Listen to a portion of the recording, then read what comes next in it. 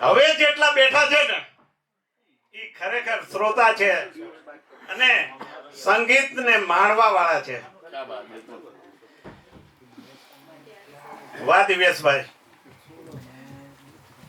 7 કરોડની જનતામાં જ્યારે મિલી મેજિક એટલે કે મિલીબેન કેવા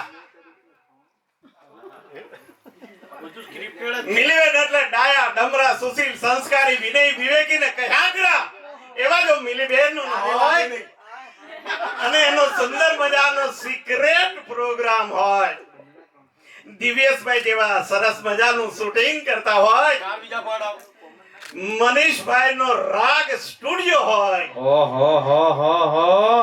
અને એમાં જયારે બલ્લુ પોતાની આંગળીથી બધાને પોતપોતાના વોઇસમાં રજૂ કરતો હોય, અને જ્યારે તમારા જેવા બધા જ શ્રોતા અહીંયા બેઠા હોય ત્યારે મજા આવે ને.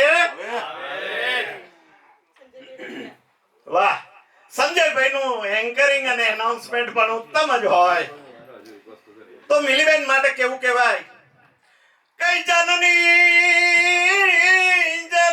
જણ તોય ભક્ત જણ અને વળી કાંદાતા ને કાસુર. કઈ જનની જણ તો ભક્ત જણ ને કાંદાતા ને કાસુર કે પણ નહીતર રજજો ને વાંજણી કઈ મારી મત ગુમાવીશ તારું નૂર. બાપો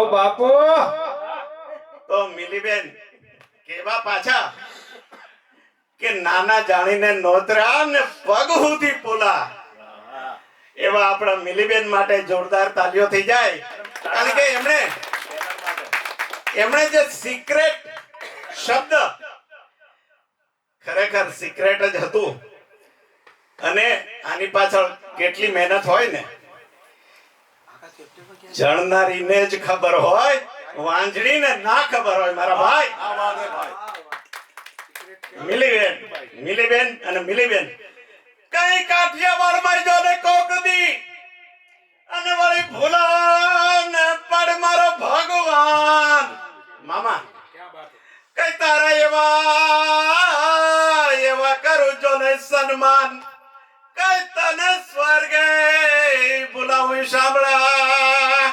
ખમા તમે બોલતા જાશો તો હું મિલીબેન સામે જોતો જઈશ પાછો. કારણ કે મિલીબેન માત્ર એન્કરિંગ કરે છે એવું નથી, માત્ર ગાય છે એવું નથી, માત્ર સિક્રેટ પ્રોગ્રામ કરે છે એવું નથી, પણ કદાચ બધાને ખબર હશે કે બહુ મોટા એસ્ટ્રોલોજીસ્ટ છે. કારણ કે ઈ છે ને માણસની આંખ જોઈને ઓળખી જાય છે કે આ માણસ છે કે માણસ છે. થેન્ક યુ मिलीबेन, धन्यवाद.